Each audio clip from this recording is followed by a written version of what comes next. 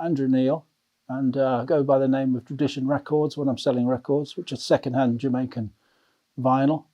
I also run a sound system playing vintage Jamaican music called Tradition Hi-Fi, and I'm based in Nottingham. Music generally from when I was about 10. I used to buy pop records, glam rock records in those days. And then when I came to Nottingham in 1981 as a student, I didn't like the university at all, didn't like the people there, so I went into town a lot, and I got a job at Rock City when it first opened and worked the bar there. And afterwards we used to go with the bouncers to a club called the Ad-Lib, which was a Jamaican club and later became a sort of indie club, but it was called the Ad-Lib in those days. And that's where I got into the music. And then I started to go to the pubs that played the records, you know, sound system men playing the records around Radford in St Anne's. And then I went to all-night, well, they used to have reggae all-nighters like these here. Well, you can see them later. At the Nottingham Palais and the Sherwood Rooms. So that's where the reggae started from. The first record I bought was Golden Earrings, Radar Love, 1973. And I also got Daytona Demon the same day, Susie Quattro. From then I hooked. I was buying records all the time. Whenever I had pocket money, you know. I think they were 45 pence each from Woolworths in those days. So yeah, started then. But seriously,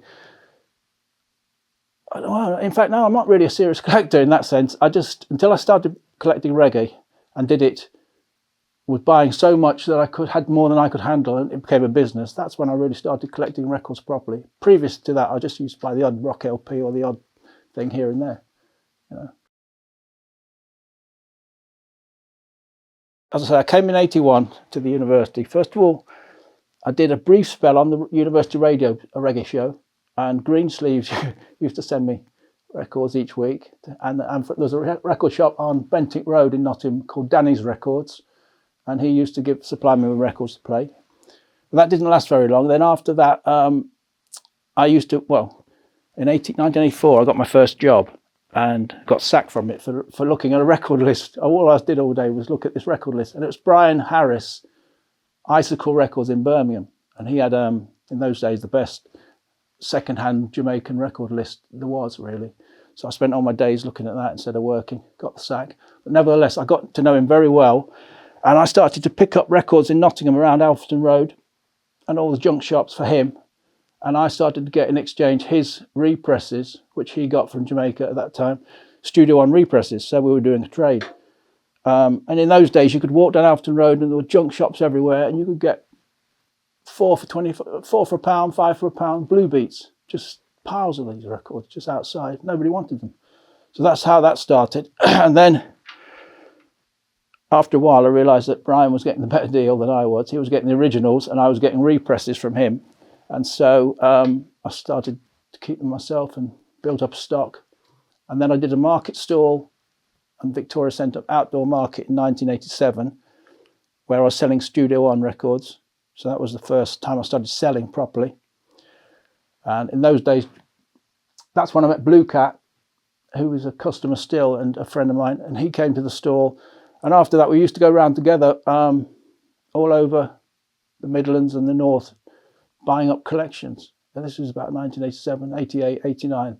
And there was serious music around. We could come back with a car full of records in those days. And then, of course, we had to sell them because we couldn't keep everything because, you know, we didn't have the money. So and that's when the business really started, where I was selling what I didn't want or what I couldn't afford to keep. And, yeah. How do you keep those two things separate? Because you buy music yourself. Yeah, well, I don't actually. I've never bought it. This is the thing. I don't collect in that sense. Because I'm lucky enough to have found bulk records, I've never really bought records that I wanted. I always thought to myself, you know what, I'm happy with what I've got, and one day they'll come anyway. And they did. So I've never gone out to hunt a record. Well, I've been fortunate not to need to do that. But keeping it separate, well, my policy is that one in, one out. So if I get a record in I want to take from stock, say a record's come in, I bought a record collection, there's one I want, and something from my collection generally has to go back. So I'm a bit disciplined like that. So my collection isn't that, my personal collection isn't so big, but it's quite, you know, it's strong, but it's not so big. I only had 2 jobs. The second job, I worked at Boots Print, and in 1989 I quit that to go to Jamaica for the first time. And I went with an old sound man from Nottingham who was originally from Moss Side in Manchester. His name's Sir Skylark, and I knew him from Nottingham because I've seen him play in places like the Gregory and the Radford Arms on Radford Road. So I went with him and stayed at his house in Cockburn Pen in the ghetto of Kingston 11. And that's when it really started buying from Jamaica, because I met an Englishman there. One day I was playing football on the street with all the people out in Jamaica, and this old white guy walked down the street, really down and out white man who had been a rumhead in Jamaica, because he went there with his wife in 1967. She's Jamaican, she wanted to go home, so he went with her, but he couldn't get work, so he just became an alcoholic, etc. And anyway, he was trudging through the ghetto, and he stopped at the gate and we chatted, because we sort of bonded, and he said, "I've heard that blue beats sell for a lot of money in England. I'll buy them, you sell them." So when I went back to England, I sent him some money. He bought the first set of records, shipped them over, I sold them, and we split the money, and we did that for 20 years. So that was really how the Jamaica contact started, doing it that way. So his name was Clive Young, and he managed to get himself enough money. It's a good story. Got himself enough money to get back to him and his family back to England. So, and then I continued it myself after that. So you're partly responsible for him getting back on his feet then, really? Well, yeah, that's the thing. That's the beauty of it. It was my proper business is luck, because if I hadn't met him, I didn't go for records. I just went for a holiday after quitting the job at Boots. But because I met him, it was 20 years then of good business, because in those days in Jamaica there were people going to collect records and coming away again, which is fine. So they get a week's worth of records. He was there every day on the corner. We set up a corner at Halfway Tree. We had a banner up, and records were coming in every single day, sometimes twice a day, because the buses all used to come through Halfway Tree. It's where everything, all roads into Kingston go there, and then they go downtown after that. But anyway, we had this place outside York Pharmacy, and it was manned by Mr. Young, Clive Young, and a Jamaican gleaner seller who we paid. And so people would come off the buses with their bags of records or boxes of records, leave them. Clive would come along, pick out what he wanted, put the money back in the bags. They would collect them on the way home, and that's how it worked. When we were getting all these records from up and down the country and Jamaica, I had to do something with them, and I advertised in Black Echoes, which was a magazine, and various other places, and built up customers, and started sending out a typewritten list, and that started 1988. I was doing that from 88, 89. Started off with the records we found in England. Derby was very good for us. We went to Leeds, Chapeltown in Leeds. We went Sheffield, Manchester, Huddersfield, Leicester. We did well in Leicester. All these places. And the thing is, we didn't just get records. We met people. We met local sound men, and while we were buying the records, we heard the histories about the areas and all that kind of thing. So that's where the sort of history side of it has come from. My interest in it, from meeting all those old guys who were sadly long gone. And the list is still going. The list still goes because as I say, in those days you could get so many records that even though I can't find them so easily now, I built up stock, so you could keep going. How many years and how many lists? I reckon every 3 weeks since 1988. So I don't know, over 500 probably. 300 records on the list. Just always different 300 as well. Never the same. Problem now is that you can't get the records the same way, because everybody's an expert and they can sell their own records if they want to, or they think they can. And they also think they're an expert on prices. So they think because they've got a record here that's what we think's worth a fiver, they see another record selling for maybe £100 there, and they think their record's got to be £100. Well, it doesn't work like that, because all records were pressed in different quantities. Some are rarer than others, some are more sought after than others. But so it's changed that way. I can't find the records the same way. There aren't the old people around with the music the same way.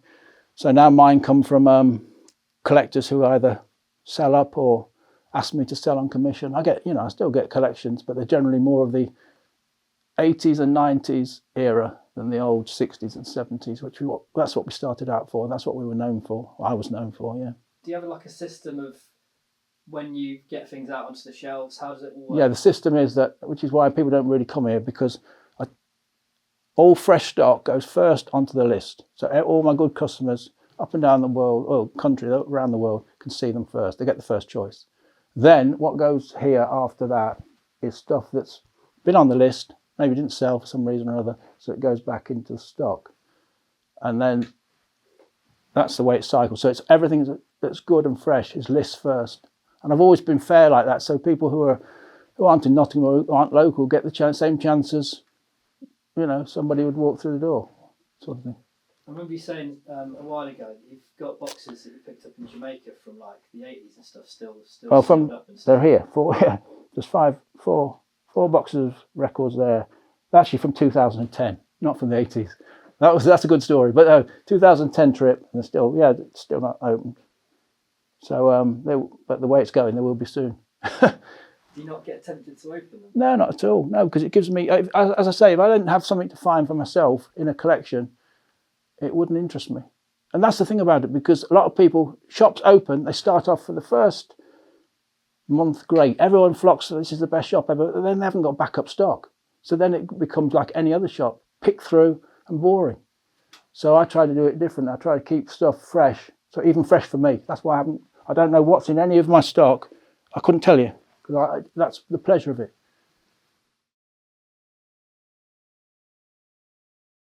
Yeah, well, the thing is, one of the first collections I got from an old man called Pearson Sound. I actually had to get the records, I had to take his equipment.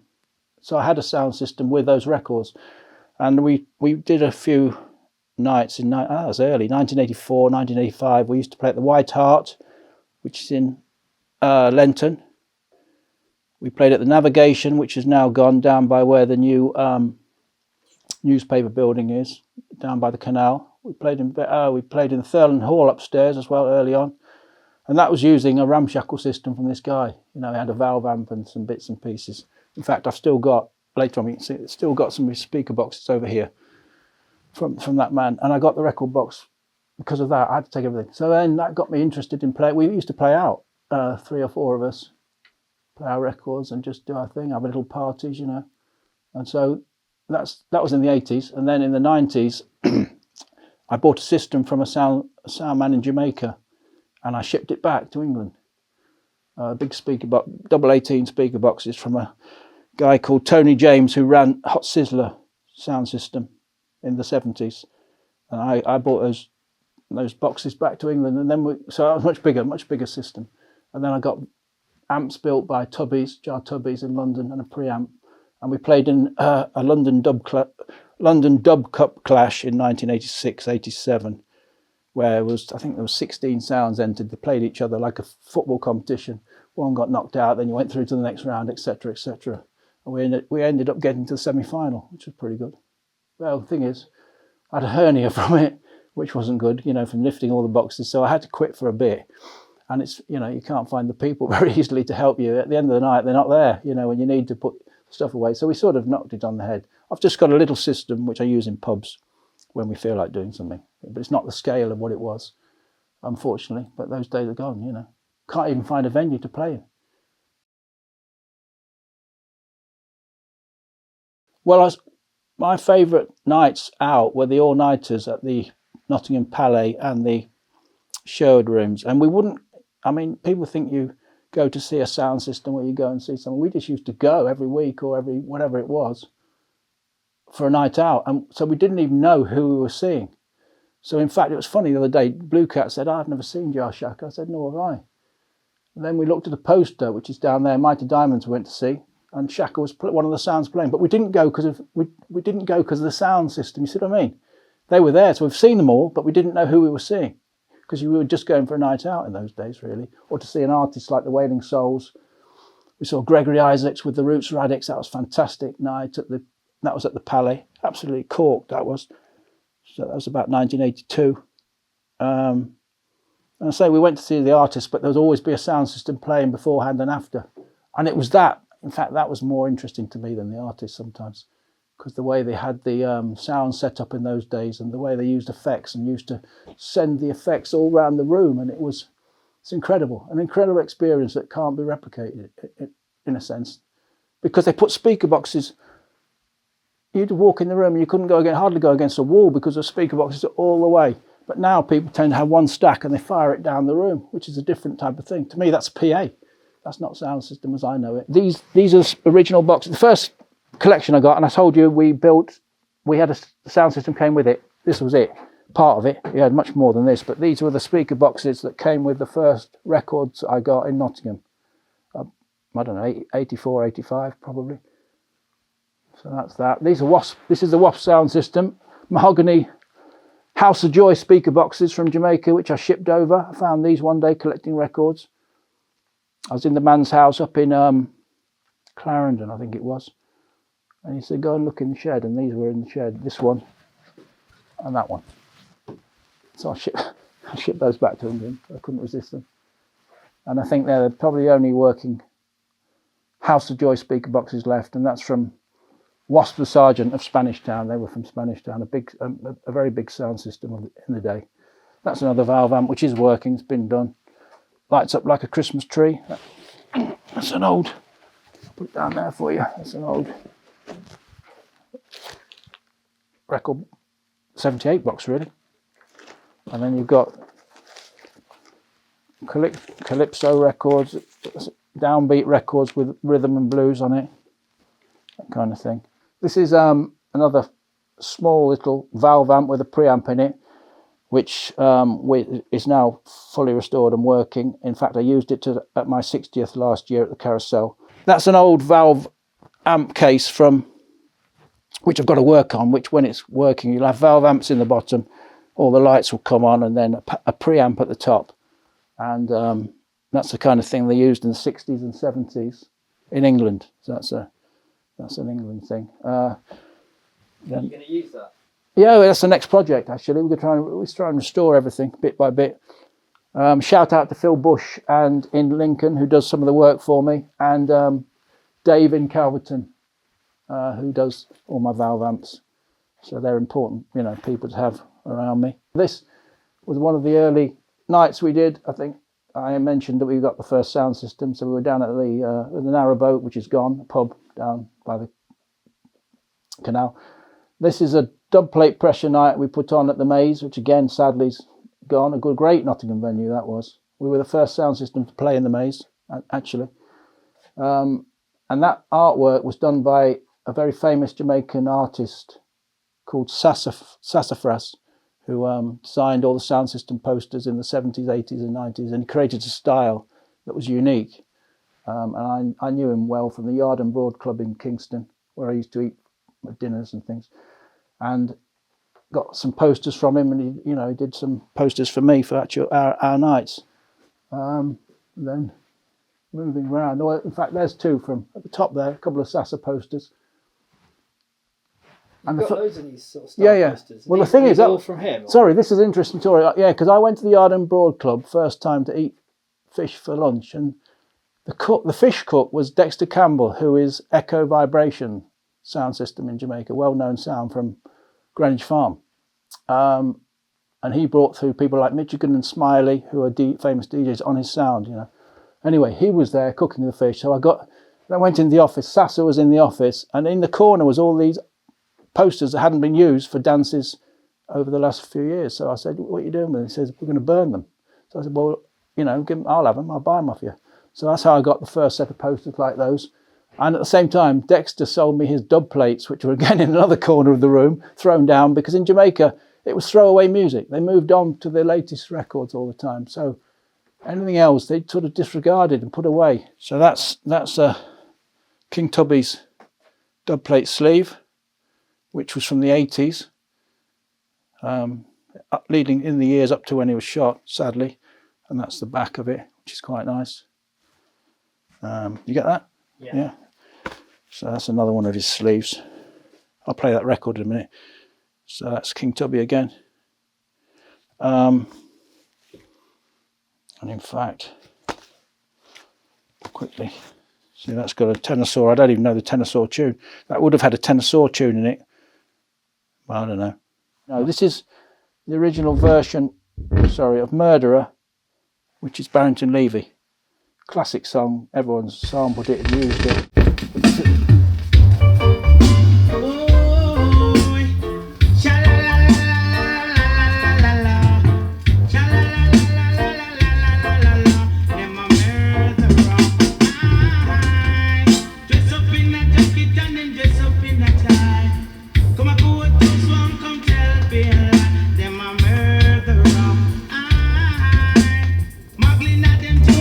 King Tubby Dub Inventor label, and the rhythm is an old studio on rhythm, hooligan rhythm, by the Paragons, John Holt and the Paragons, but this is an 80s cut. I'm just going to put some distilled water on it because it helps the surface noise. Little trick of the trade.